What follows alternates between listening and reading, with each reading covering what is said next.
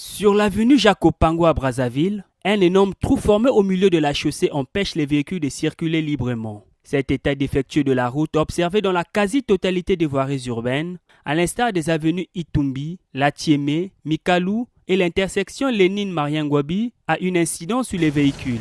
Les chauffeurs sont contraints de ralentir pour éviter d'endommager leurs moyens roulants, à l'image de ce taxi tombé en panne sur l'avenue de Latiémé ou de ce bus en réparation. Les routes sont dégradées, donc du coup, on a du mal à passer. Il y a des trous partout et on nous demande de payer des taxes, des roulages et tout ça. Là, il y a des amortisseurs qui est un peu abîmés. Il faut changer des pièces. La détérioration des routes impacte aussi le prix du transport en commun, notamment dans les bus et taxis. Les conducteurs de ces moyens roulants évoquent ainsi le niveau élevé de la dégradation du tissu routier qui entrave le fonctionnement de leur activité.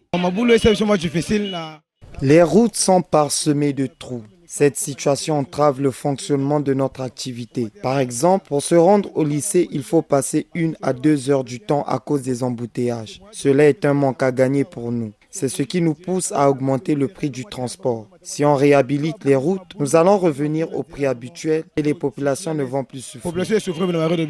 Les populations, par ailleurs, en payent les frais. Leur mobilité est mise à mal. J'ai quitté Soproji pour Mikalou, j'ai dépensé 600 francs. Quand vous êtes au pont de Mikalou, là, il y a un gros trou qui est là, qui est foncé là. Donc les moyens pour passer, c'est vraiment difficile. C'est compliqué. L'embouteillage va jusqu'au lycée.